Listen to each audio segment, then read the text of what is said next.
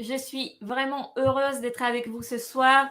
Je m'appelle Phoebe Mellé, et comme le disait Sarah, je travaille avec mon époux Timothée au sein de l'Église évangélique de Valenciennes, et je travaille aussi notamment auprès des femmes, mais aussi des entreprises dans tout ce qui est management des équipes. Et depuis quelques années, nous travaillons justement avec Eric et Rachel Dufour avec le ministère Cœur de Berger pour nous former, pour pouvoir proposer vraiment des choses adaptées aux personnes. C'est un ministère que j'apprécie tout particulièrement, Cœur des Bergers, car, ça sort un petit peu du lot, ça parle vraiment au cœur des personnes, et c'est magnifique. Je suis certaine qu'on va passer un super bon moment avec eux. Nous allons accueillir Rachel. Sois la bienvenue, Bonjour Rachel. Phoebe, merci.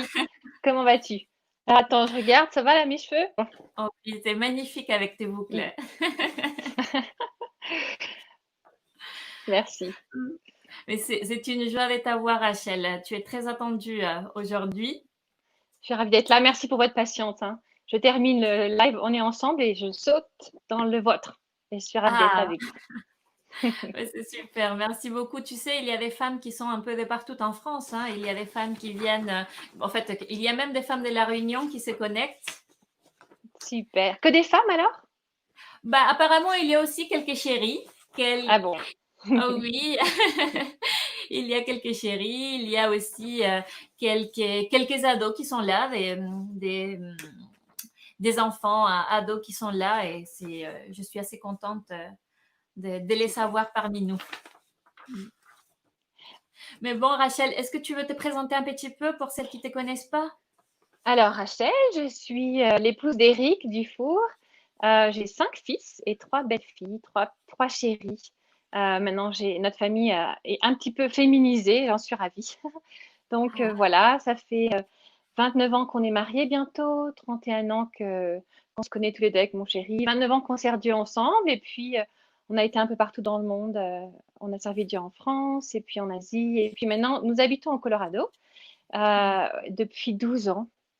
Demain, ça fait 9 ans qu'on est dans notre maison actuelle, donc le plus longtemps, le plus long nombre d'années que nous avons passé dans le même pays, 12 ans. Donc Dis c'est donc. un bout de notre cœur est américain, et puis voilà, j'aime Dieu avec toute ma vie. Ah, mais c'est beau. Ben, alors, tu as tellement voyagé, donc tu dois connaître les émotions des femmes de partout dans le monde. Oui, ça c'est vrai, tiens, c'est intéressant que tu dises ça parce qu'en fait, on ne réagit pas de la même façon où que l'on soit dans le monde. Puisqu'on va parler des émotions aujourd'hui, quand je préparais dans ma tête et dans mon cœur ce live avec toi, Phoebe, en priant pour vous, mesdames, je me disais que c'est vrai, par exemple, tu vois, le sourire en Asie, Mhm. il ne veut pas dire la joie. Le sourire en Asie veut dire l'embarras et quand on veut cacher la gêne et la honte pour ne pas perdre la face, on peut sourire. Donc, des fois, ce que l'on lit sur les visages peut être difficile à interpréter selon l'endroit où l'on est. Mm, tu as Ah, raison. mais c'est intéressant, c'est intéressant. Et les Sud-Américaines, elles sont comment? Oh, pleine d'émotions, pleine de joie. Elles sont plus grandes que la vie, n'est-ce pas, Phoebe? Mais justement, justement, pour les prévenir. Mais, et alors, les Françaises, elles sont plutôt comment au niveau émotionnel? Ah, elles sont plus chic au Ah niveau bon? émotionnel, je veux dire. Je pense que oui, ça c'est intéressant. Les Américaines sont très extraverties et très extravagantes, les Françaises plus chic et plus réservées. Enfin, c'est des clichés ce que je dis là, hein. Vous pouvez me haïr pour ça. Mes enfants diraient, oh maman, c'est trop cliché ça. Bah oui, c'est vrai, c'est un peu cliché. C'est pour nous faire Mais, sourire. mais justement, tu sais, au début, quand je suis arrivée en France, bah, c'était pas évident parce que moi, par exemple, j'embrassais tout le monde. Et oui, Et au fait, les gens étaient embarrassés. Je savais même pas lire l'embarras des gens, mais bon, on apprend donc à lire les émotions. exactement. Tu viens de dire quelque chose de très important. Des fois, on ne sait pas lire l'émotion des autres et on se trompe. Et des fois, on a des blessures qui s'installent dans nos cœurs parce qu'on comprend mal en fait les réactions des gens. Et la façon de se dire bonjour, en fait, c'est un des premiers domaines, je trouve, dans lequel on voit ça. Tu as raison. Avec les filles au sang chaud comme toi, on fait la bise. C'est très tactile en fait. Je sais que toi, Mmh. tu as été très tactile. Quand on est toutes les deux, tu me le Un rappelles grand souvent. bonheur. Non. Enfin, oui, voilà. Et je me souviens, je vais vous faire sourire. Je peux vous raconter des anecdotes, là, Phoebe, ça va? On a le temps? Ah oui, oui, bien sûr, bien Ok. sûr. Donc, On a que ça. quand on était en Asie avec des collègues américains, en fait, ils nous expliquaient combien la bise des pays méditerranéens, ça les choquait parce qu'ils trouvaient ça très intime. Et puis un jour, la maman d'un de nos collègues américains est arrivée pour leur rendre visite. Donc, une bonne mama du Sud américaine avec deux bons airbags devant, vous voyez, bien, bien amortis.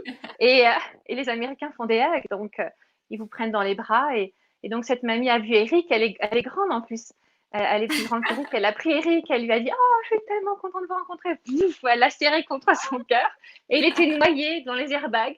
Et il est ressorti, il est ressorti en apnée. Et on a rigolé avec ça parce que on lui a dit: Vous trouvez que ça, c'est moins intime qu'une bille sur le côté? Et en fait, elle aurait pu lire l'embarras caché sous des sourires. Mais oui, selon notre culture et notre expérience et notre histoire de vie, et notre famille d'origine, en fait, on lit les émotions différemment sur notre visage. Ben écoute, ça permet justement d'aller sur notre premier sujet. Donc, la Mhm. première partie de la soirée, c'est le chemin des émotions. Donc, alors, ces émotions, tu parlais de l'âge, selon notre âge, on apprend à lire, etc. Est-ce que, justement, il y a un apprentissage selon l'âge, voilà, selon notre âge, est-ce qu'on réagit différemment? Est-ce qu'on lit différemment? Est-ce que l'on sent différemment? Ouais, donc tu as raison, c'est une bonne façon de démarrer le chemin des émotions. Je voudrais faire une distinction entre deux choses, les Mhm. émotions et les sentiments.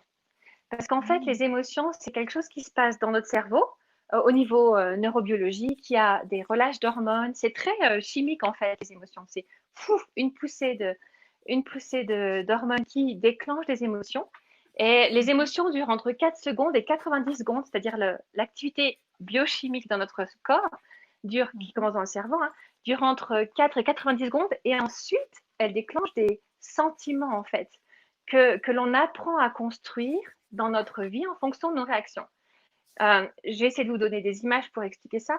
Le cerveau, c'est comme s'il était dans une boîte aveugle et il a besoin de nos sens et du reste du corps, hein, on travaille tous ensemble, il a besoin du reste du corps pour pouvoir traduire les messages qui viennent de l'intérieur. Et en fait, donc, il y a des stimuli qui viennent de l'extérieur, pardon, il y a des stimuli qui viennent de l'extérieur et le cerveau, il anticipe, par exemple, la peur. Donc, la peur, c'est une émotion. Donc, si par exemple je marche, nous ici au Colorado, quand les beaux jours arrivent, on a des serpents à sonnettes qui sortent, et des pumas d'ailleurs, et des coyotes. Je vis dans le Grand Ouest. Et donc, si je marche sur le chemin derrière chez moi et que je vois de loin un serpent à sonnette ou une ombre qui peut ressembler à un serpent à sonnette, en fait, eh bien, mon cerveau va anticiper, déclencher tout le cocktail chimique dont j'ai besoin pour que l'émotion de la peur se déclenche dans mon corps pour que je puisse ensuite me préparer si j'ai besoin de réagir et que les sentiments qui viennent avec la peur, c'est-à-dire l'envie de fuir, l'envie d'être agressive, l'envie de me défendre, de me sauver ou de me battre, en fait, se mettent en place. Et ensuite, quand j'avance, si c'était vraiment un serpent, mon cerveau va dire: Ah ben chouette, on est prêt, en fait, puisque tout notre corps est prêt à réagir, je vais changer de chemin. Si je m'approche et que je regarde, et en fait, c'était pas un serpent, c'était une ombre, mon cerveau va intégrer cette nouvelle information en disant: Ah, ok, j'ai déclenché une émotion, mais en fait, j'ai pas besoin d'aller plus loin dans le sentiment.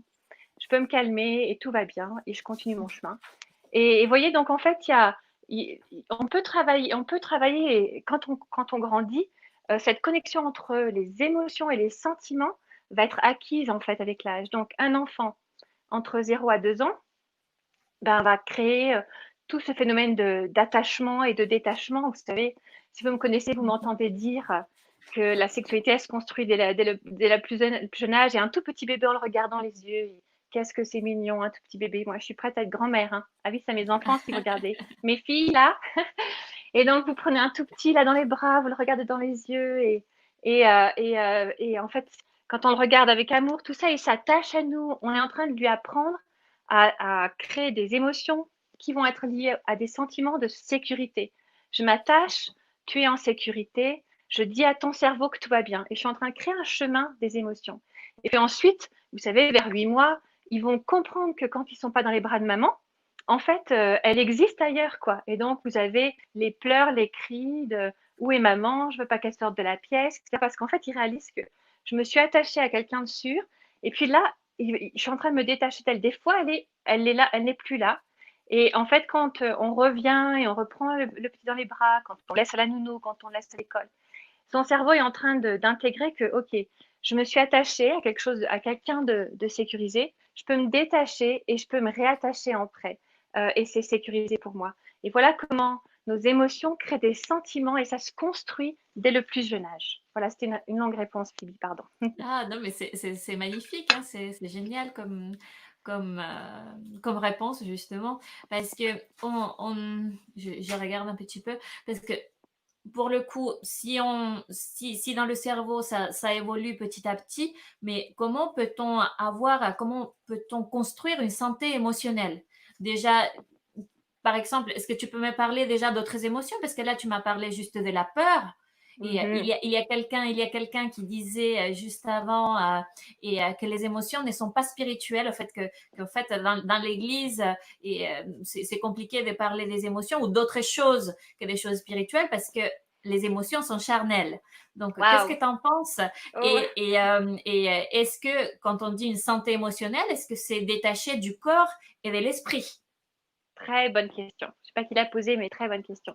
C'est vrai que dans l'Église, on a entendu, je vais dire, trop souvent, surtout, il ne faut pas faire confiance à ses émotions, on les met de côté, et c'est pas du tout spirituel que d'avoir des émotions. Déjà, je voudrais qu'on regarde la vie de Jésus, en fait. Il Mhm. nous présente toute une panoplie d'émotions. On le voit frustré, avec Pierre, quand Pierre coupe l'oreille, il dit oh là là, c'est pas vrai, il lui recolle l'oreille au soldat. On le voit frustré avec ses disciples, mais enfin, je vous ai répété 1000 fois. Combien de fois est-ce qu'il va falloir que je vous répète avant que vous compreniez? On le voit avec de la tristesse. Quand il se présente devant la tombe de Lazare, il a attendu déjà, hein, vous savez, il a attendu, et puis son ami meurt, et ses Mhm. amis, Marthe et Marie, pleurent. Et vous savez, on le remet dans le contexte historique, hein, c'est un maître qui enseigne, c'est un homme au milieu de femmes à cette Mhm. époque-là.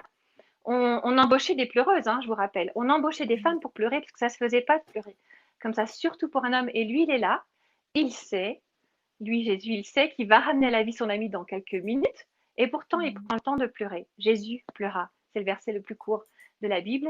Et je crois qu'il prend le temps de pleurer, d'exprimer une émotion qui déclenche des sentiments. Vous voyez le cheminement, son ami est mort, son cerveau dit, oh là là, mais c'est horrible, mon ami est mort. Je déclenche donc une émotion de tristesse qui vont déclencher des sentiments. Je vais pleurer, ça va se vivre dans mon corps. Et il se donne la permission de pleurer pour nous donner un exemple, je crois, et nous dire, ben, c'est OK d'avoir des émotions, je les ai créées, ça fait partie de la façon avec laquelle il nous a créés.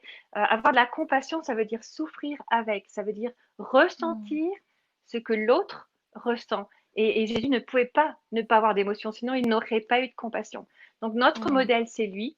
Il a exprimé de la joie. Je suis triste de pas comprendre la langue dans laquelle la Bible a été écrite à l'origine, parce que je pense qu'il y a plein de subtilité et Mhm. d'humour qu'en fait on passe à côté, que l'on ne voit pas, on passe à côté de cet humour-là. Mais je suis sûre que Jésus était plein d'humour, plein de fois quand il fait des petites phrases, il y avait sans aucun doute beaucoup d'humour et beaucoup, un petit peu de sarcasme aussi parfois. Mais on voit de la joie avec les enfants quand il les prend sur les genoux, etc. Donc Jésus, notre premier modèle, lui, il a exprimé des Mhm. émotions. Et les émotions, c'est l'âme qu'elles font réagir. Quand les sentiments s'expriment, ça vient de l'âme et c'est lié à notre esprit et à notre corps aussi. Les trois ne font qu'un. Donc oui, les émotions sont spirituelles. Mhm. Mais alors, Rachel, tu nous expliques comment ça fonctionne un petit peu les émotions et que pour le coup, Jésus, il en a eu. Elles étaient ses amis ou ses ennemis, ces émotions? Elles étaient ses amies, comme j'espère qu'à la fin de ce live, elles seront les vôtres, en fait, parce que elles permettent d'exprimer ce qu'il ressent à l'intérieur, elles permettent d'aller plus loin que ce qu'il voit, elles permettent aux autres aussi de comprendre ce qu'il ressent. Revisualiser Jésus dans le temple, en fait, quand il est indigné. Mettez-vous, prenez 3 secondes, mettez-vous en tant que spectateur. Il arrive, dans le temple, il voit les marchands du temple, vous connaissez l'histoire aussi bien que moi, il prend le temps de tresser le fouet, quoi. Donc, c'est très réfléchi comme indignation. C'est pas de la colère, c'est de l'indignation. Les deux sont proches. Il y en a une qui est destructrice et l'autre qui est saine, en fait, une saine colère, si je veux dire. Donc, l'indignation. Il regarde, il dit, c'est pas possible, quoi. Ils ont fait de ma maison de prière une maison de marchands et de voleurs, et il prend le temps de tisser le fouet et il balance tout ça, les tables, à grands coups. À grands coups, il renverse les tables et ce que les marchands avaient mis en place. Donc, c'est une façon pour lui de dire, mais comment osez-vous? Comment osez-vous faire ça dans la maison de mon père? Et des fois, les mots ne suffisent pas. On a besoin que les émotions créent des sentiments qui vont nous permettre de passer un message. Et Jésus le fait très clairement. Mais Jésus était un homme, donc il avait plutôt, donc s'il avait un corps, il avait des hormones masculines. Je me trompe ou... Correct. Bah, alors nous les femmes, nous avons donc des hormones féminines. Oh là là, tout plein.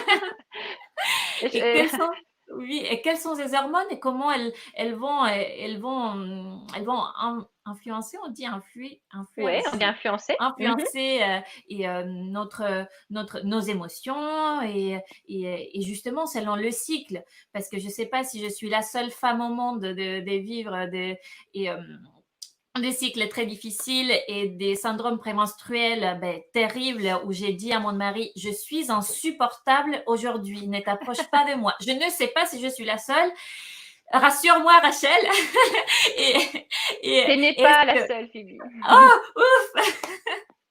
Et justement, est-ce que ça a quelque chose à voir, ces hormones et le cycle d'une femme a quelque chose à voir avec ses émotions? 85% des femmes souffrent, je veux dire, ou connaissent des syndromes prémenstruels. PMS en anglais, syndrome prémenstruel en français. Donc SMP, hein, c'est ça en français. Et en fait, c'est lié à notre cycle et à ce qui se passe dans notre corps. Donc, je vais vous l'expliquer simplement. En fait, on va prendre un schéma d'un cycle de 28 jours et on va compter le premier jour au premier jour des règles, en fait. Du jour 1 au jour 10 à 14, selon les femmes, on appelle ça la zone du feel good, donc celle où je me sens bien, en fait. Où, il y a une hormone qui s'appelle la FHS, bon, peu importe, qui, en fait, prépare le follicule à relâcher l'ovule. Et donc, ces hormones-là contribuent à nous faire nous sentir bien, belle, on est bien dans la peau. Et en fait, si on visualise le corps de la femme, elle est toute pimpante, brillante, parce qu'en fait, son corps est en train de se préparer au moment de l'ovulation. Donc, c'est la période la mieux, en fait, entre jour 1, 10 et 14 au niveau des hormones. C'est le plus simple. Normalement, là, des hommes arrivent à nous comprendre. Et on fait un petit peu de sens. Un petit peu de sens. Ouf, ils arrivent là. Messieurs, si vous avez besoin de discuter de quelque chose d'important, de sérieux, que vous avez besoin d'avoir votre femme dans une bonne journée pour ses humeurs, je vais dire, en fait, choisissez entre le jour 1 et le jour 10 ou 14. Donc déjà, ça, c'est la première chose à savoir. Puis ensuite, il y a la période où l'ovule va être relâché. On appelle ça ovulatory phase en anglais. Et puis, j'essaie de traduire en même temps le nom de l'hormone en français, c'est estradiol en anglais. Estradiol en anglais, je sais pas. Peut-être que c'est la même chose en français. Désolée, je m'en souviens plus. Mais c'est à ce moment-là qu'en fait, quand le follicule va relâcher l'ovule, notre corps va produire de l'insuline qui va produire de la testostérone. On a aussi de la testostérone? Oui, pas trop, hein, heureusement. Mais la testostérone qui va être relâchée au moment de l'ovulation, elle va augmenter notre désir sexuel, en fait. C'est pour ça que l'on soit célibataire ou marié, au moment de l'ovulation, on sent que notre corps est tout émoustillé. Et, en fait, il envoie un message, notre cerveau envoie un message en disant si il y avait un petit spermatozoïde dans le coin, on serait prêt à faire un bébé, tout simplement. Donc, petite augmentation de testostérone et du coup, le désir sexuel augmente. Donc, cette période-là est assez sympa aussi parce que la femme, elle est en mode séduction, quoi. Donc, elle va avoir envie de se faire belle. Je sais, c'est très schématique, mais je vous donne des grandes lignes pour qu'on puisse mettre des mots dessus. Et c'est pas aussi simple que ça. Il y a plein d'autres choses qui rentrent en ligne de compte, mais quand même sur le fond, c'est ça qui se passe dans notre corps. Autour du 14e jour de l'ovulation, il dit ah là là, il faut que je puisse séduire mon chéri, s'il y a un chéri. Et puis, s'il n'y a pas de chéri, qu'on est célibataire, on a quand même. Voilà, merci, exactement. Oui, on est une créature extraordinaire, c'est vrai. Et donc, voilà, le corps se met dans cette phase-là. Donc, la testostérone et le désir sexuel augmente. C'est Mhm. c'est pareil dans le corps de la femme mariée, de la femme célibataire. Et puis ensuite, il y a la phase, l'utérophase, où en fait, maintenant que l'ovule a été pondu, il va falloir préparer le corps et la paroi de l'utérus va devoir Mhm. s'épaissir pour, au cas où l'ovule a été fécondé, eh bien, l'ovule puisse s'attacher. Donc, le corps se met en mode, OK, on est en train de faire un petit nid, en fait. Donc, l'ovule voyage et le corps se met en mode on fait un nid. Donc, en fait, il déclenche des hormones qui vont être plus dans le style de la cortisol, en fait. Et ça, c'est l'hormone du stress. Et donc, là, cette phase-là, on a, Ah. c'est la progestérone qui entre en jeu et ça fait chuter toutes les hormones du bien-être et on est en mode stress, parce qu'il faut créer un nid. C'est ce que notre corps est en train de faire. Et donc, du coup, ça y est, on a les moods. C'est pour ça que avant que les règles démarrent, généralement, les femmes, elles sont irritables, elles se sentent pas bien dans leur peau, la peau réagit, on a de l'acné, même en tant qu'adulte, les cheveux plus gras, enfin, c'est terrible. Et puis surtout, irrité, quoi, une irritabilité qui augmente, Mhm. c'est lié à ça. Donc, avec un peu de patience, ça va passer. Et de l'équilibre aussi, tiens, je vous donne un petit conseil, Mhm. manger équilibré, beaucoup de verdure à ce moment-là, et faire du sport dans cette deuxième partie du mois, en fait, ça aide vraiment à calmer cette cortisol qui déclenche le stress dans notre corps et ça aide à équilibrer un peu. Les symptômes prémenstruels ne sont pas une fatalité. On peut Mhm. tout à fait arriver à équilibrer ça et ne les subissez pas, mesdames. Faites quelque chose. Mhm. Ah, mais ça, c'est une bonne, ça, c'est un bon conseil. On n'a pas à subir donc non plus ces émotions. C'est ça aussi que tu nous dis, hein. On n'a pas à les subir. On peut donc on peut donc les Apprivoiser. apprivoiser, les Exact. maîtriser, Oui. en faire qu'elles deviennent nos alliés. On peut les apprivoiser. Je pense que c'est un concept important en fait parce que Mm. quand on décortique ce qui se passe dans notre corps en deux morceaux, l'expression de l'émotion qui est chimique, 90 secondes max, et tout ce qui en découle, les sentiments, en fait, au moment où il y a la transition, on peut travailler là-dessus. Et justement, apprendre à apprivoiser le message qui suit l'émotion. Comme par Mm. exemple la colère. Euh, la colère, souvent, en fait, elle cache, elle cache beaucoup d'autres émotions qu'on n'a pas su exprimer. Et arriver à mettre des mots Mm. dessus va nous permettre de décortiquer cette émotion et puis d'aller à la racine pour pouvoir l'apprivoiser, comme tu dis, Phoebe, et puis Mhm. gérer les sentiments qui en découlent. Et là, on a parlé du cycle féminin. Il y a aussi autre chose. Je disais, on lisait dans le verset, on est une créature merveilleuse. Dieu nous a créés donc avec un corps et l'âme et l'esprit, mais aussi avec le tempérament. Mhm. Et on avait déjà notre cycle qui va un peu nous mettre dans tous les sens. Écoute, excusez-moi. Oh. Vas-y, bois. Après, quand Mais tu parleras, je boirai moi aussi. merci. Est-ce que les tempéraments vont aussi jouer un rôle? Est-ce qu'on est toutes pareilles? Est-ce que c'est grave d'être différent, d'être plus expressive ou moins expressive? Et comment ces émotions vont se manifester selon notre tempérament? Est-ce que tu peux nous parler un petit peu de ça pour celles qui ne savent pas ce que c'est un tempérament? Oui, tu as tout à fait raison. Il y a une question de personnalité et tu appelles tempérament, je vais l'appeler personnalité juste Mhm, pour donner un autre angle. mhm, Tempérament, personnalité, style, notre style personnel, comment Dieu nous a mhm, créés. Et c'est vrai qu'il y a des femmes qui ont l'air d'être d'une patience d'ange avec des émotions extrêmement stables et toujours au même niveau. Puis il y a des femmes qui vont avoir des émotions en grand pic comme ça. Et c'est une question de personnalité, de caractère, de tempérament. Tu nous as créés différemment. Certaines sont plus timides, plus réservées. Elles ont besoin de processer, de réfléchir, de prendre le temps d'analyser ce qui se passe autour d'elles, ce qui donne du temps, d'ailleurs, entre guillemets, au niveau chimique, à leur cerveau d'analyser plus longtemps ce qui se passe et les informations. Et donc, les informations sont traduites avec plus je vais dire, de douceur ou de longueur, en fait, dans la façon avec laquelle ça se met en place. Il y a d'autres cerveaux qui sont comme des petits volcans en ébullition et pouf, pouf, pouf, ça pop. Donc, évidemment, les émotions vont être beaucoup plus bubbly, on va dire en anglais, donc pétillantes. Voilà, pétillantes. Il n'y a pas un style qui est bien, un style qui n'est pas bien. C'est vrai que les femmes qui ont un tempérament, une personnalité plus calme, elles sont plus faciles à appréhender parce qu'on arrive mieux à les lire, on a l'impression qu'on arrive mieux à les lire. C'est pas toujours vrai d'ailleurs. Je discutais il y a pas longtemps avec une dame qui assistait à une conversation, elle était catastrophée par ce qu'elle entendait, mais de l'extérieur, elle avait l'air complètement calme et apaisée, mais c'était un volcan interne. Mais elle fait partie de ces femmes qui ont un tempérament très apaisé et très calme. Donc de l'extérieur, personne ne pouvait voir que c'était un Mhm. volcan à l'intérieur. Donc il y a d'autres défis pour ces femmes-là. Mais ces femmes-là représentent 75% de la population, quoi. Donc au milieu de nous, mesdames, les trois quarts ont plutôt tendance à avoir un tempérament calme. Et Mhm. les avantages pour ce style-là, c'est que bah, pour, c'est facile à vivre autour d'elle parce qu'elle génère la paix autour d'elle. Et puis, les gens ont le sentiment, ceux qui sont proches d'elle ont le sentiment que tout va toujours bien pour elle. Les inconvénients, c'est que des fois, elles ont un volcan à l'intérieur, elles ne savent pas l'exprimer en fait. Et il faut les aider à apprendre à dire, écoute, maintenant, tu as le droit de parler. Je te donne une voix en fait. Tu as le droit de taper du poing sur la table, même s'il va falloir que tu répètes 10 fois la phrase avant de la dire.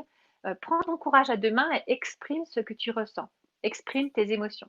Puis je vais parler des 25% de l'autre côté, des femmes très pétillantes qui, elles ont des émotions. Tu vois, Phoebe, ce que je veux dire? Elles ont des émotions Parfaitement, très, hein, c'est transparent, hein. très, très explosives. Bah, elles vont avoir à apprendre à les canaliser pour pas qu'elles explosent à la tête de tout le monde, sans changer qui elles Mhm. sont, tout simplement à trouver un moyen d'exprimer leurs émotions d'une façon qui ne va pas heurter les autres. Mais c'est très intéressant parce que ça nous permet d'aller sur notre deuxième partie, c'est les réactions. Excellent. Donc, et on est sous le coup de l'émotion, on a notre tempérament.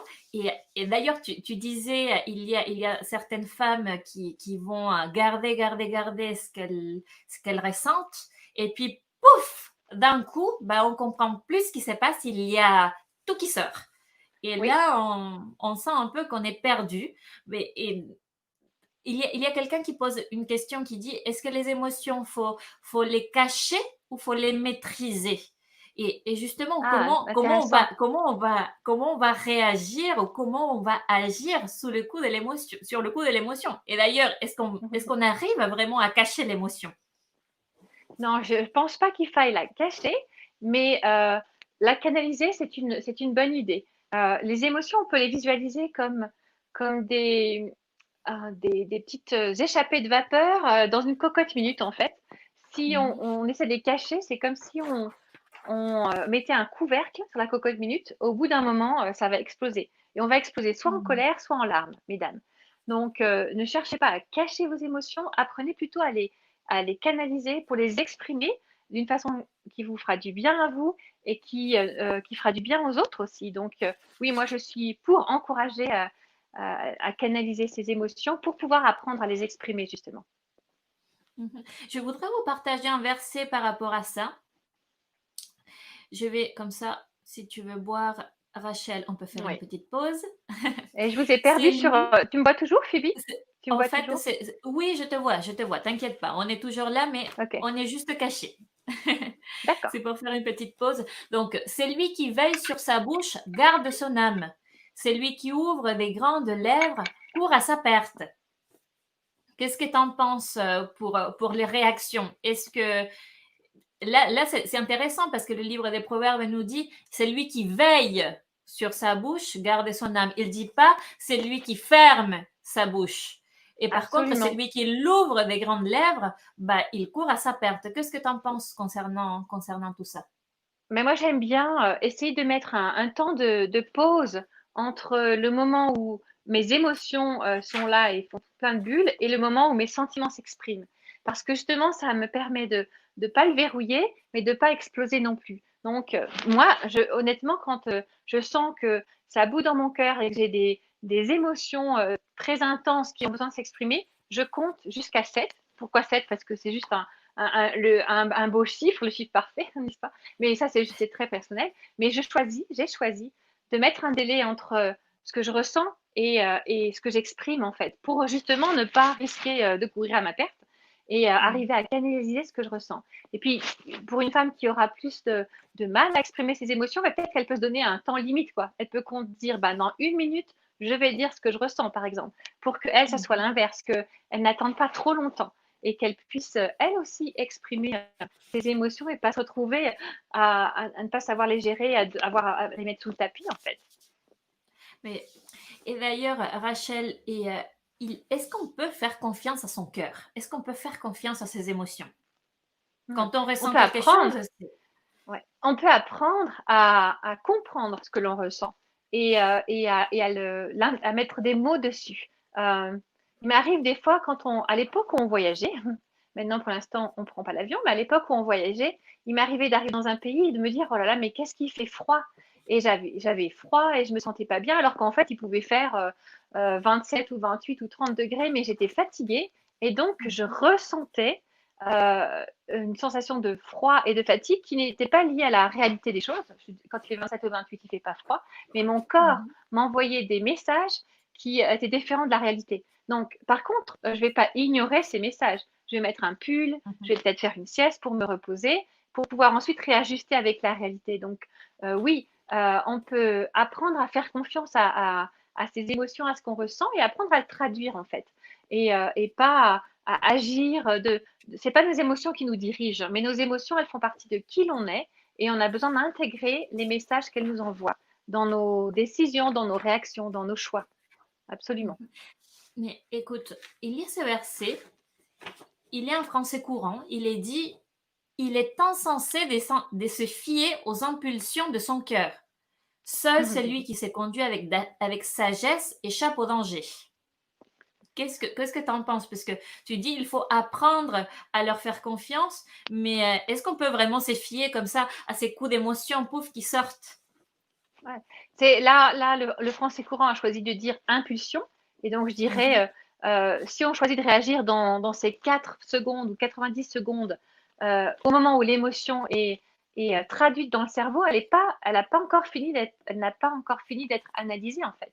Donc, c'est là que c'est un mhm. petit peu risqué parce que on réagit sous le coup de l'émotion et on risque de dire des bêtises. On risque de faire des bêtises, de faire des mauvais choix. Donc, vraiment, apprenons à attendre et avoir un délai dans notre réaction, parce qu'il faut que notre cerveau ait fini de recevoir l'information, de l'analyser et de voir les conséquences. Et tout ça, ça prend 1 minute 30. Donc, je Oh, mettrai la partie impulsion dans cette 1 minute 30. d'accord. Mais écoute, j'ai une question des célibataires à te poser parce que on a deux types de questions. On a une question des célibataires, des femmes Oui, célibataires, et une question d'ados. d'accord. Donc, une question des femmes célibataires est la suivante. Oui. J'ai le coup de foudre. Est-ce que je peux choisir mon époux selon le coup de foudre? Très intéressant. Le coup de foudre, il est dû à une hormone qui s'appelle la PEA, la phényléthylamine, et elle est très réelle. Cette hormone, elle est comme de l'héroïne en fait, qui est relâchée dans le corps, naturelle, que Dieu a créée, c'est formidable. Et ça fait des grands pics dans notre sang. Et pouf, on a des papillons dans l'estomac, on a les mains moites, les pieds poites, et on ne sait plus quoi dire. Et c'est comme si on avait perdu la moitié de notre cerveau. Je me souviens quand notre aîné Nathan, il a vu pour la première fois Marie, qui est aujourd'hui sa femme. Elle a des cheveux roux, magnifiques. Je ne sais pas si vous avez vu des photos, mais c'est notre première fille. Et il l'a vue de loin. Après, il nous a appelés sur le campus de l'université où ils étaient. Et il nous a appelés le jour où il l'a croisée la première fois. Et il nous a dit papa, maman, j'ai rencontré une fille. Elle marchait dans le soleil avec ses cheveux roux Oh, qui brillaient. Et il nous a fait une phrase de ce style-là. On a dit ça y est, notre fils a perdu la moitié de son cerveau. Il avait le coup de foudre. Il était tombé amoureux. Et quand elle arrive spontanément, cette hormone, elle est belle et cette réaction est belle, mais ensuite, il va falloir l'installer dans le temps. Et, euh, et, euh, et vous savez, l'hormone qui succède à la PEA, qui prend la suite, c'est l'oxytocine, qui est l'hormone du lien où on construit la relation. Donc, je dirais que on peut valider le coup de foudre, mais il faut qu'il soit suivi de la construction de la relation et la construction de l'amitié. Et si la relation amoureuse démarre par la construction de l'amitié et donc plus cette hormone qui est liante, eh bien, il va falloir travailler à déclencher le coup de foudre aussi. Parce que les deux sont indispensables pour une relation amoureuse épanouie. Le coup de foudre et l'hormone du lien. Les deux marchent main dans la main dans la relation amoureuse. C'est ce qui permet à un homme et une femme de rester amoureux pendant toute leur vie, en fait. C'est l'équilibre entre ces deux hormones qui prennent le relais. Je suis amoureux de toi et j'ai le coup de foudre en permanence et je retombe amoureux de toi. Et aussi, je suis ton meilleur ami, je suis ta meilleure amie et je développe ce côté-là. Donc, quand on est célibataire, le coup de foudre, c'est un bon indicatif, mais pas que. Il faut ensuite que ça soit ancré dans une amitié qui se construit et dans plus que juste l'attraction chimique de la PEA qui se déclenche. C'est une super parole d'encouragement, tout aussi bien pour les célibataires que pour les femmes mariées. Donc, on peut retomber amoureuse de son mari. Ah, absolument. Il faut retomber amoureuse de son mari toute la vie, en fait. C'est ce qui permet de rester amoureux, en amour, diraient les Québécois, et amoureux, on dirait en France, mais que ça soit pétillant, quoi, qu'on s'ennuie pas. Si la PEA disparaît, cette hormone avec des pics, elle disparaît, ben, ça devient un petit peu triste et un petit peu routinier. Et s'il y a s'il y a que la PEA et qu'il n'y a pas la stabilité de l'oxytocine, en fait, ben, il manque aussi le côté rassurant, le côté je suis là pour toi jusqu'à la fin de nos jours et ne t'inquiète pas, notre amour est solide. Il faut les deux. Donc, ça veut dire que si on ne ressent plus tous ces pop-corn, ces papillons dans le ventre. D'ailleurs, entre parenthèses, je te raconte une expérience. C'est une jeune Vas-y. femme qui disait qu'il n'avait jamais senti des papillons dans son ventre. Alors, pour sentir les sentiments amoureux, ben, elle a mangé des papillons, elle a fini à l'hôpital. Aïe, aïe, aïe. Donc, ça, entre parenthèses. Mais si on ne ressent plus ces papillons et qu'on a envie de manger des papillons à ces points-là, en fait, si c'est fini, les papillons, Ouais. bah, ça veut dire qu'on n'est plus amoureuse. Ça Ça veut veut dire dire, qu'est-ce que que... ça veut dire que si on est en couple, on a besoin de recréer ces premiers moments en fait, où on apprend à se découvrir. Alors, je vais vous donner des petites astuces qu'on utilise souvent avec Eric. Moi, on vous conseille d'instaurer comme une institution, c'est hyper important, les RDVA, si vous nous connaissez, vous savez qu'on dit ça. Les Ah rendez-vous si, amoureux. si, on a des fans à Valenciennes notamment. S'il y en a d'autres dans d'autres villes qui connaissent et peuvent aussi réagir, laissez-les nous savoir dans le chat, s'il vous plaît. Oui, les Et donc, RDVA, c'est Rachel. les rendez-vous amoureux. En fait, le fait d'instituer, de mettre en place une fois par semaine, un minimum de 2 heures, donc mesdames, 2 heures une fois par semaine, un moment où vous allez vous retrouver avec votre chéri pour juste revivre les moments du début où on apprend à se connaître, où on rêve ensemble, où on parle de nos projets, où on parle des choses que l'on aime chez l'autre, où on parle de notre histoire, etc. Mais que en positif, en fait. Il faut que ça soit un moment qui soit comme une bulle d'oxygène, comme un moment de pause dans la vie, dans la course effrénée de la semaine, et un moment de respiration, en fait, où on va reconnecter et on va consacrer ce temps à être juste amoureux. Donc, selon le style de couple, ça peut être quelque chose de très régulier, ou alors quelque chose de spontané. Chacun va choisir à tour de rôle ce qui va se passer pour le RDVA. Ça peut coûter de l'argent ou pas. Nous, quand nos enfants étaient tout petits, parce qu'on en a eu 5 en 6 ans et demi, il y a un moment donné, on n'avait que des petites têtes blanches et on ne trouvait pas de personne pour nous les garder, en fait. Je ne sais pas pourquoi. 5 en dessous de 6 ans, c'est pas si compliqué que ça. On avait du mal à les faire garder. Donc, en fait, on sortait juste le soir quand ils dormaient et on marchait autour de notre immeuble en rêvant. Et beaucoup des rêves que l'on a vécu après, l'Asie, etc., Dieu nous les a donnés là. Et on connectait, on parlait de notre vie sexuelle aussi, etc. Et ces moments qui sont comme une pause, comme une respiration dans la semaine, redéclenchent la PEA. Mesdames, si vous êtes coquette, eh ben, c'est le moment de mettre le paquet là et puis de vraiment vous préparer dans votre tête à je vais retrouver mon amoureux en fait. Et l'amour, c'est une émotion, mais pas que. C'est aussi un choix et c'est un mélange des deux. C'est très complexe l'amour en fait, hein. C'est vraiment un mélange des deux et ça a besoin d'être entretenu. Et le fait de faire ces rendez-vous qui sortent de l'ordinaire vont redéclencher tout ça dans votre corps et dans notre corps. Et on peut pousser jusqu'à, par exemple, se donner rendez-vous dans un restaurant et arriver de deux manières différentes, par deux chemins différents, et puis prétendre qu'on ne se connaît pas en fait, et faire le dîner avec un étranger, et choisir de ne discuter que de sujets que l'on n'a jamais abordés ensemble. Donc quand on est marié depuis presque 30 ans, ça devient un peu plus compliqué, mais je vous assure que c'est encore possible. Et ben ça, Et pour, ça met pardon, et beaucoup de pour les piment dans la vie en fait. célibataires, ben, Vas-y. c'est génial. Ben, et pour les célibataires, alors, elles sont sous les coups de foudre, elles sentent plus les coups de foudre. Bah, c'est le moment de casser ou c'est le moment d'investir autrement? C'est une bonne question, ça. Quand une célibataire sent le coup de foudre et puis qu'elle sent que ça s'atténue, bah, c'est le moment de vérifier avec Dieu si c'était la bonne histoire qui se met en place et s'il y a une conviction, en tout cas, le fait qu'il n'y ait plus de coup de foudre, ça ne veut pas dire que l'histoire est terminée. Ça veut peut-être dire que ça fait un petit moment que l'histoire est en route parce que la PEA dure entre 6 mois à 2 ans. Et après, elle diminue progressivement pour être remplacée par l'oxytocine. Donc, c'est le moment de vérifier que nos bases soient solides et qu'elles soient vraiment, que la relation soit vraiment fondée sur ce que Dieu veut pour ce couple et sur une amitié solide. Maintenant, si la personne en question, la célibataire, n'est pas mariée et que vraiment la relation est compliquée et qu'il n'y a pas de, il n'y a pas de paix qui vient de Dieu et c'est que des disputes, etc., peut-être que c'est le moment de faire marche arrière ou de faire une pause. Mmh. C'est génial, Rachel. Là, on va passer à la question d'ado parce que je Oui. pense que tu vas pouvoir répondre très très bien parce que il me semble que tu as rencontré Eric pendant ton adolescence. Ah, mais oui, c'est vrai, tiens, j'avais jamais pensé comme ça. Mais oui, j'étais ado. Ah, mais écoute, J'avais 15 ans et demi.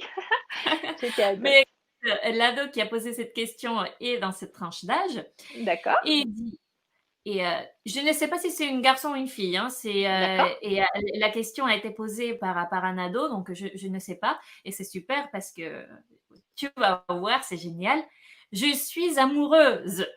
Ouf, Je pense que cela va durer toute la vie. ok. Pourquoi les autres n'y croient pas?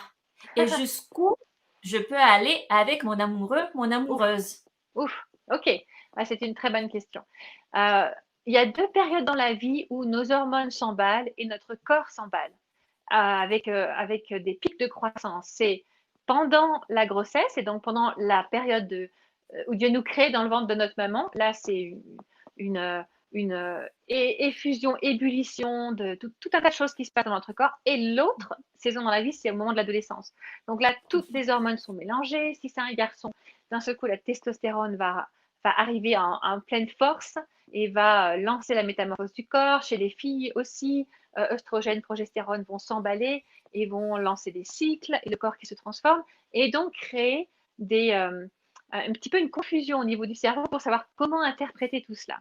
Alors c'est vrai que quand les adultes autour des ados regardent ce que les ados vivent, ils disent ben, ils sont jeunes. Ah, on l'a Tu es toujours là, perdu. Phoebe? Ah, ça y est, tu es revenue. Allô? Tu es revenue, c'est bon. Hmm. Tu es revenue, Rachel. Phoebe, tu es toujours là? Oh oui, je suis là, je t'entends. Attends, je te dis, je t'entends. Ah, t'es parti. Bon, on va attendre que Rachel puisse revenir. Un instant. Elle est de retour. Ah, pardon, Voilà. je l'ai perdu. Ok. Alors, je sais Il pas n'y où a est-ce que pas de... ça a coupé en fait. Dis-moi où ça a Ben, coupé. quand on sent tout ça et que on voit le regard des adultes, des Oui, autres. c'est ça. Merci, Phoebe. Donc, les adultes ont tendance à dire, ah ben c'est parce que tu es adote et tu sais pas ce que tu dis, ou tu es ado et tu sais pas ce que tu dis. Donc, c'est vrai qu'il y a une part du côté des émotions qui s'emballent, mais ça ne veut pas dire, moi je connais pas la personne en question, mais ça ne veut pas dire que ça ne peut pas durer toute la vie. Encore une fois, il faut poser des bonnes bases et puis prendre le temps. Moi, j'avais 15 ans et demi quand on s'est rencontrés. On s'est mariés, j'avais 18 ans, donc on a attendu jusqu'à ce que je puisse signer le certificat de mariage moi-même, bien sûr. Mais ces 2 ans et demi ont été très profitables pour notre couple parce que ça a permis que les émotions et tout mon corps se calment et s'équilibrent. Et puis qu'on construise des fondations solides pour notre relation de couple qui dure en fait. Ça fait plus de 30 ans qu'on est ensemble tous les deux. Et donc, oui, ça peut durer toute la vie, mais il faut poser des bonnes bases et ne pas s'arrêter que à ce que notre corps ressent. Et une partie de la question, c'était aussi jusqu'où je peux aller. Alors moi, je vais conseiller à ce jeune homme ou à cette jeune fille de lire mon livre, hein, Hurrah pour le va de Jésus, où j'explique cette notion de ligne rouge que Dieu a créée dans le cœur de chaque jeune fille au monde. J'espère que la Mhm. majorité des femmes qui nous écoutent connaissent cette notion-là. Phoebe, tu l'expliques très Désolée. bien aussi, mais dans notre Ah, cœur, merci. il y a cette notion de je ne veux pas aller plus loin que ça au niveau physique, qui est important parce que c'est Dieu qui l'a placé pour nous protéger et nous garder, pour que la sexualité se mette en place dans les meilleures conditions qui vont être les conditions de la sécurité de l'alliance, etc. En tout cas, tout est expliqué dans le livre. Bah justement. Ah ben tu l'as. Et j'en ai un paquet, hein, s'il y en a qui sont intéressés. Et pour l'Église des Valenciennes, vous venez vers moi. Sinon, vous pouvez les trouver, le livre de Rachel Hura pour le Vagégé. Il est en plusieurs langues d'ailleurs, Rachel Hura pour le Oui, et alors Vagégé. il est en espagnol, c'est Phoebe qui l'a traduit superbement, en un temps record, magnifiquement. Et puis il est en anglais aussi. En fait, je l'ai écrit en anglais, pour tout vous dire. Je l'ai écrit en Mhm. anglais et puis il a été traduit par deux super traductrices. Merci les filles. Avec, on s'y est mise à trois, mais elles ont fait un boulot incroyable. Il y a leur nom dans le livre et puis elles ont vraiment réussi à redire ce que je dis en français en fait. Très bien. Ah, mais c'est génial. Et du coup, ton livre, il peut éventuellement être lu aussi par des ados. Absolument. Bien sûr, quand on parle d'ado, on se réfère à la permission des parents, hein. Il faut que les parents soient Bien d'accord. évidemment. Donc, C'est les parents qui décident, etc. Mais moi, je vous bien sûr. conseille fortement de le laisser traîner, parce que de toute Mhm. façon, ne vous faites pas d'illusions. Les ados entendent parler de sexualité par d'autres moyens, les amis, les copains, l'Internet, l'école, etc. Donc, autant Mhm. mettre entre leurs mains une ressource qui leur permettra de poser des questions, de discuter avec vous, de mettre les bons mots sur le sujet. Moi, tous mes fils ont lu le livre quand j'étais en train de le réfléchir et de l'écrire, et certains Mhm. étaient ados, ils l'ont passé à tous leurs copains. Enfin, c'est très amusant de voir les copains de mes fils qui veulent que je dédicace le livre. Mais c'est magnifique tout ça. Mais, excuse-moi, j'ai perdu un petit peu ma pensée. Vas-y. Mais pour juste un petit rappel pour les femmes des Valenciennes, tu sais, tu parlais de l'amitié. Mais notre réunion qui a été annulée à cause du confinement, c'était justement sur la construction de l'amitié, la construction des relations. Donc, pour notre prochain rendez-vous, ben, on va reprendre. C'est prévu de faire un happy hour. Donc, un super happy hour avec cocktail, avec vraiment un temps d'échange pour créer des connexions et surtout pour apprendre à construire des amitiés. Et tu Superbe. en parles justement dans ton livre de comment construire des amitiés. Donc, ce sera justement basé sur tes enseignements, Rachel. Super. Même si tu n'es pas Super. là, tu seras toujours là. Mais écoute, ça Merci. nous permet de passer à la troisième partie. Et c'est la partie, on en a beaucoup parlé, mais je voudrais savoir si on peut être plus pratique. C'est Oui. canaliser ses émotions. Oui. Déjà, déjà comment les canaliser et puis comment les exprimer. Oui. Ouais, tu as tout à fait raison. Il faut apprendre à les gérer et à fonctionner avec. Mon premier conseil, c'est de mettre des mots dessus. Donc, en fait, imaginez-les comme plein de pop-corn dans une cocotte qui sont en train de sauter.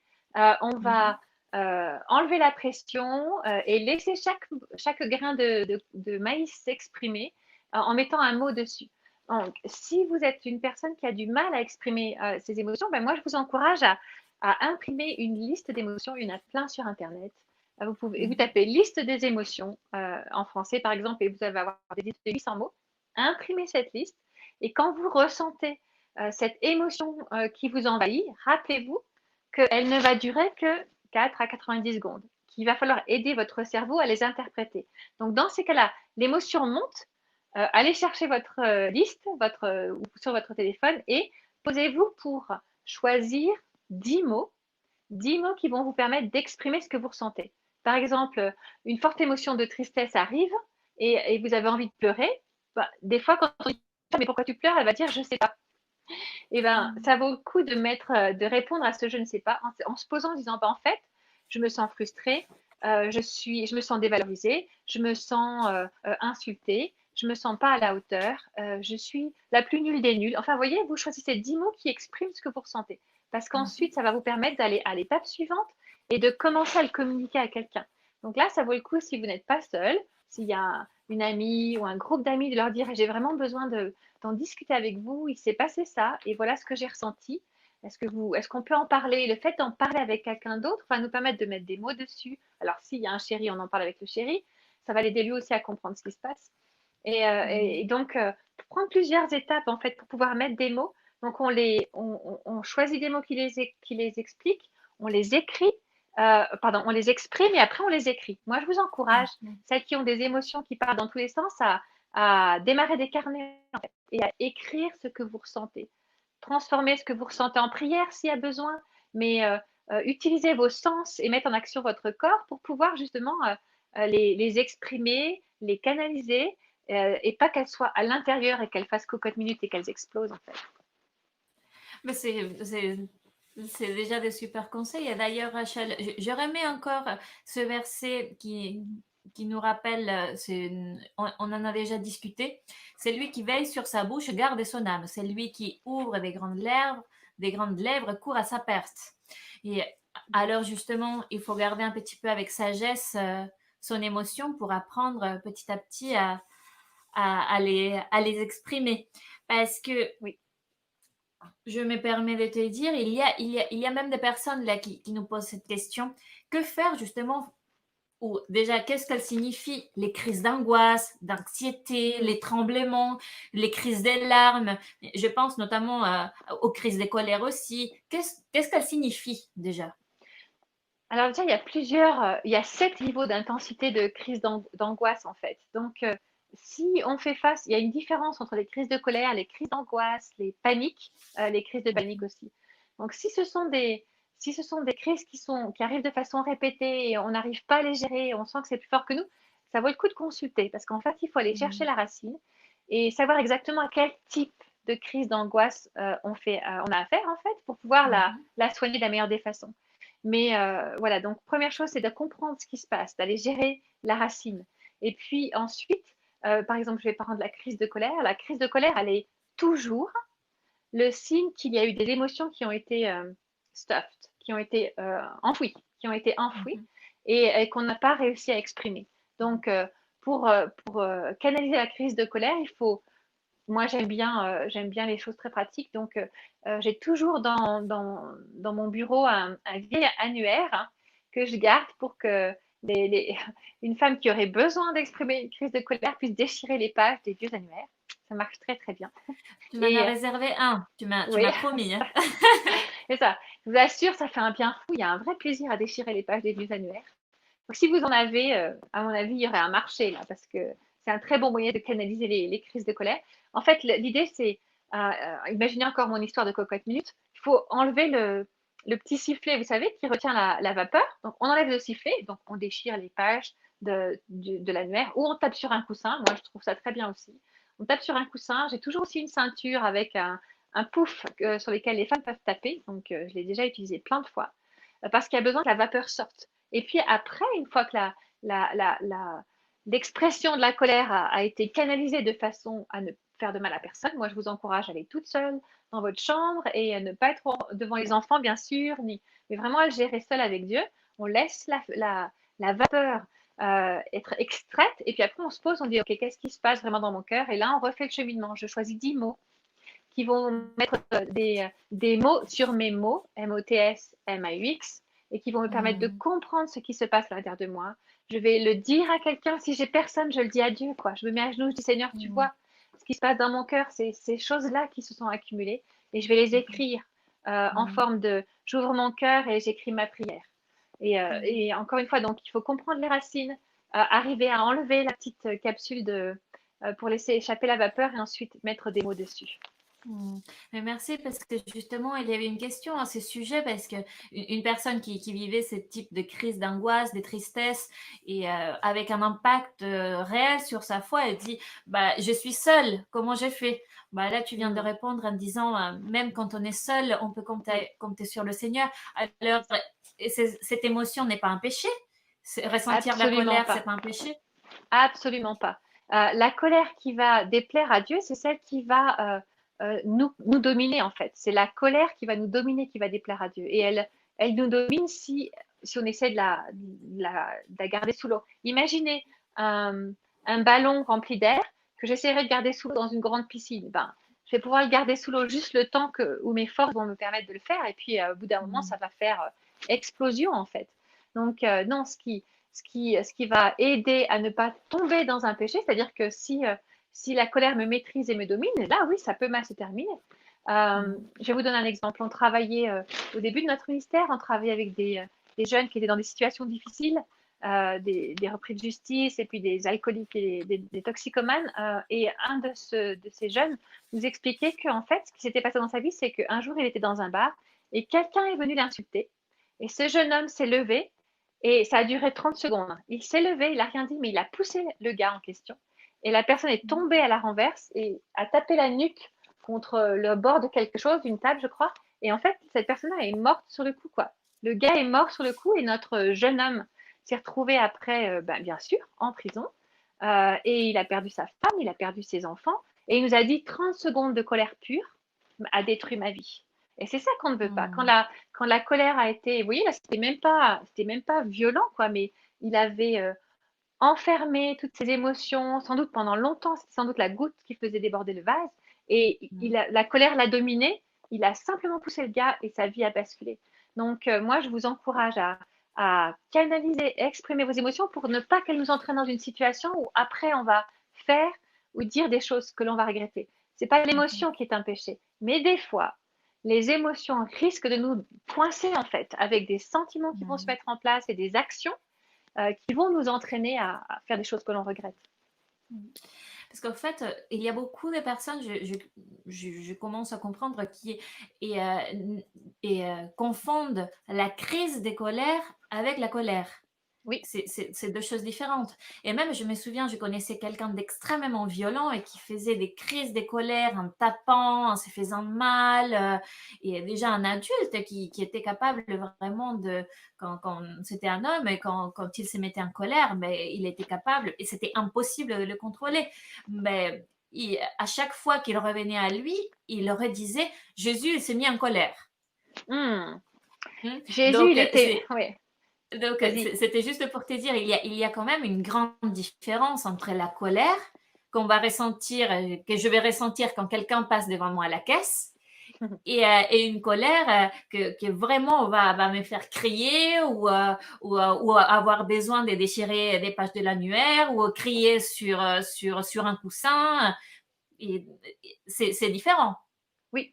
Alors, il y a trois choses dans ce que tu parles. En fait, moi, je vais dire l'indignation. Donc, je reprends mon exemple de Jésus qui renverse les tables. Et là, il faut agir sur ce genre de sensations et de sentiments et d'émotions.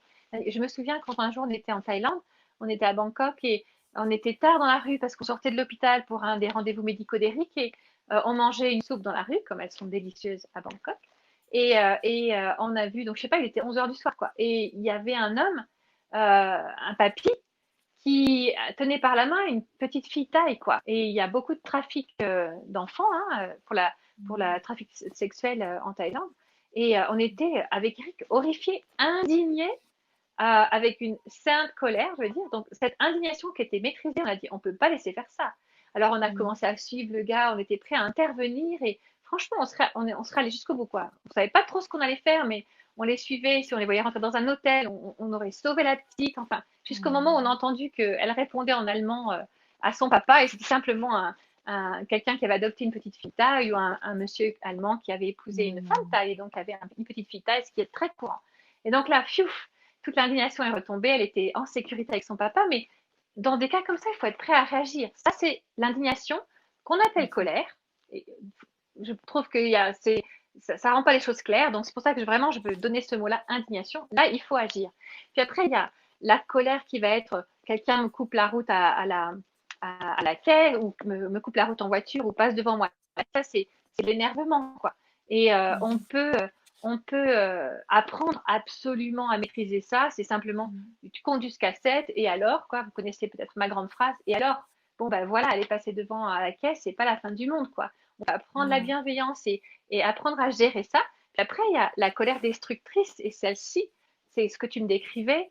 C'est un homme Mhm. qui devient violent, ça c'est intolérable et insupportable. Ou cet homme qui a poussé quelqu'un qui malheureusement est mort, ça c'est la colère qui Mhm. détruit et qui n'est fait Mhm. absolument pas la volonté de Dieu. Donc on ne peut pas mélanger les trois. Merci Rachel. Et d'ailleurs, là, tu nous as parlé de comment un petit peu gérer notre colère ou nos crises d'angoisse. Mais si on se retrouve face à une femme qui est avec des tremblements, une crise d'angoisse ou des pleurs, et déjà, elle va pas avoir le même tempérament que nous. Et comment on fait pour gérer ça? Parce qu'en général, on veut donner des conseils, on va rappeler notre vécu, on va tout de suite dire il faut que tu fasses ça, ou c'est pas grave, ou calme-toi. Qu'est-ce qu'il faut faire si on se trouve face à une personne, notamment qui fait une crise d'angoisse ou ou qui éclate en pleurs, et notamment ces deux cas, ces deux cas. Ok. Donc, faire preuve de compassion et réaliser qu'il y a plusieurs étapes. On ne va pas pouvoir raisonner avec quelqu'un qui est en pleine crise parce que la crise d'angoisse ou de pleurs déconnecte une partie de notre cerveau et fait qu'on n'est pas en mesure de raisonner. On n'est pas dans une phase où on raisonne. On est dans une phase où on ressent en fait. C'est la partie chaude de notre cerveau qui est activée. Donc, il va falloir attendre que cette phase-là s'apaise. Et donc, selon la personne en question, bah, peut-être on va la prendre dans les bras, on va parler avec voix douce, ou on va chantonner quelque chose, ou on va lui dire, écoute, prends du temps toute seule, respire. Il faut d'abord calmer l'espèce de tornade qui se passe dans notre corps. Donc, on apaise cette tornade-là. Peut-être qu'elle a besoin d'être seule, peut-être qu'elle a besoin qu'on soit là et qu'on la cajole. Ça dépend des personnes. Donc, on lui propose les deux options. Si on la laisse seule, on s'assure qu'elle soit en sécurité, bien sûr, qu'elle ne puisse pas se faire de mal, qu'elle soit en sécurité. Mais si on arrive à créer un contexte sécurisé, qu'elle soit seule ou avec nous, on attend que le corps s'apaise. Et puis après, on va pouvoir voir comment aider la personne. Pendant ce temps-là, je prie pour elle, hein, on prie pour elle pendant ce temps-là. Et puis la phase suivante, on va pouvoir commencer à poser des questions, apporter des réponses, conseiller de l'aide. Et des fois, il faut un peu plus que juste une conversation. Rachel, je te remercie pour tous ces conseils que tu nous donnes. Tu sais, il y a encore d'autres messages en ligne. J'aimerais inviter quelqu'un. Elle s'appelle Audrey. Elle a été sur les chats. Elle a discuté avec les femmes. Bonsoir Audrey. Bonsoir Rachel. Merci beaucoup. Bonsoir Audrey. Audrey, elle a peut-être. Tu as des questions, Audrey, à poser à Rachel? Alors, j'ai pas mal de questions. Bon, tu as répondu beaucoup. Là, il y a quelqu'un qui me demande, je pleure facilement si on s'énerve sur moi. Que dois-je faire pour y remédier? Ouais, c'est une bonne question. Les pleurs, c'est pas négatif. C'est une façon, c'est un des petits bouchons de vapeur en fait que l'on a, soit la colère, soit les pleurs. Donc c'est vrai que pleurer facilement, c'est très naturel et ça fait partie de nos façons de réagir en tant que femme surtout. Donc déjà, première chose, ne pas se dire je suis pas normale, je pleure. Ok.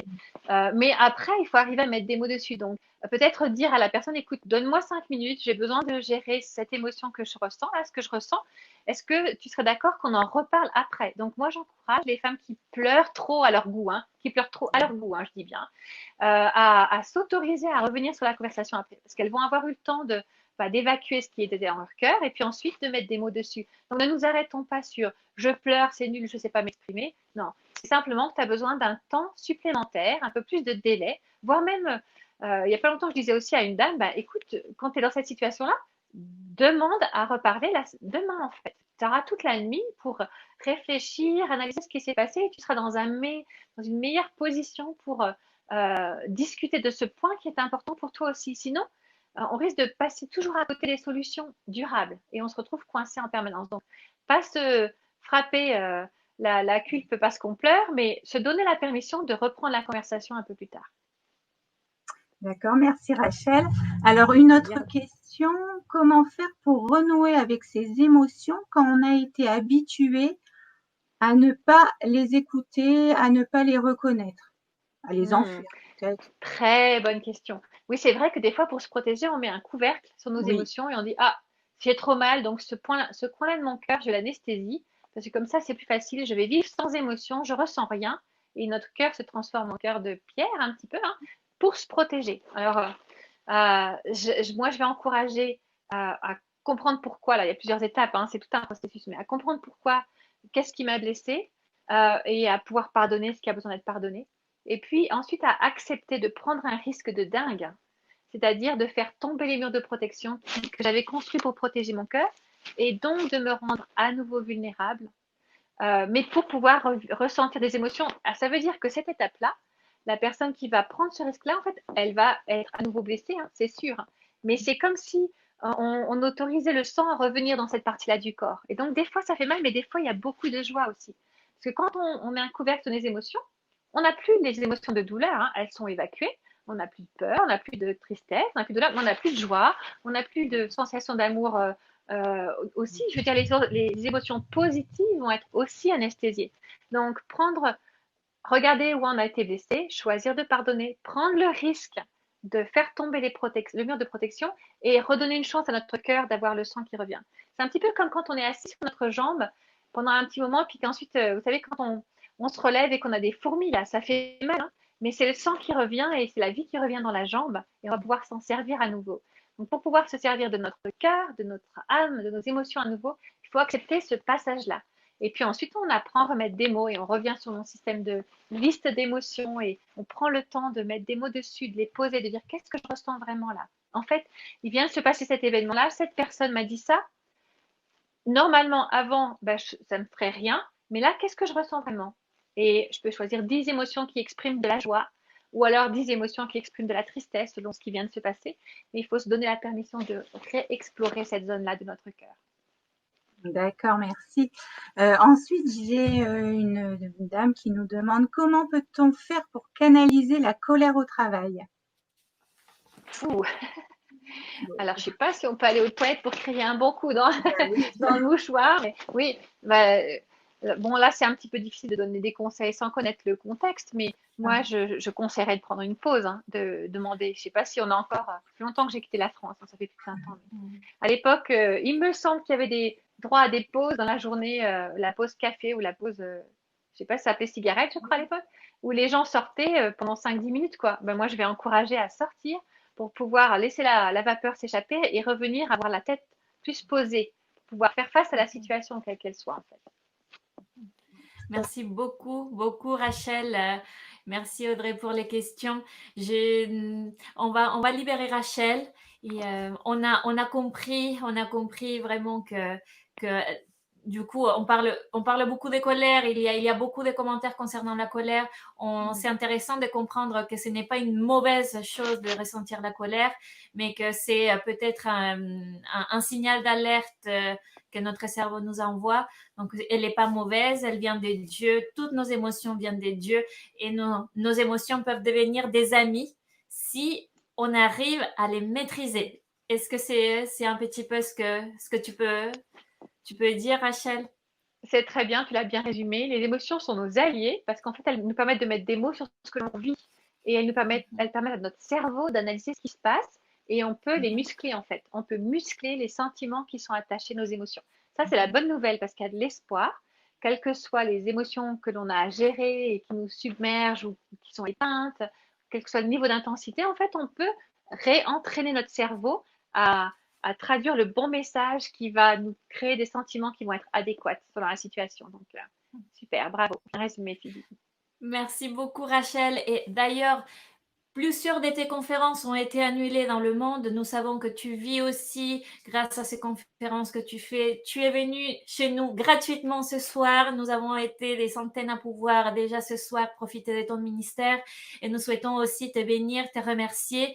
Et donc, je voudrais inviter aux femmes qui le souhaitent et elles peuvent faire un don via PayPal et donc, il y a le mail PayPal qui s'annonce. Donc, c'est contact@servingalongside-ministry.org. Oui. Désolée, hein, parce que il faut jongler avec les accents. Donc, si vous souhaitez aussi bénir Rachel, la remercier pour ces super moments que nous avons passés, vous avez plusieurs moyens de le faire. L'un d'entre eux, c'est via PayPal. Dans le descriptif, vous aurez aussi d'autres moyens de le faire. Et vous avez eu également tous les sites web et normalement, vous allez aussi bientôt, je pense, ou si ce n'est pas déjà en place, pouvoir faire un don via les sites de Rachel et vous pouvez la soutenir en achetant le livre, en faisant un beau cadeau. C'est bientôt la fête des mères à l'heure. C'est peut-être une bonne idée à offrir pour les mamans. Merci beaucoup, Rachel. Merci, Phoebe, de m'avoir invitée. Merci à toutes et à tous. J'étais ravie d'être avec vous et bonne continuation. Je vous embrasse. Merci beaucoup. Au revoir, Rachel. Au revoir.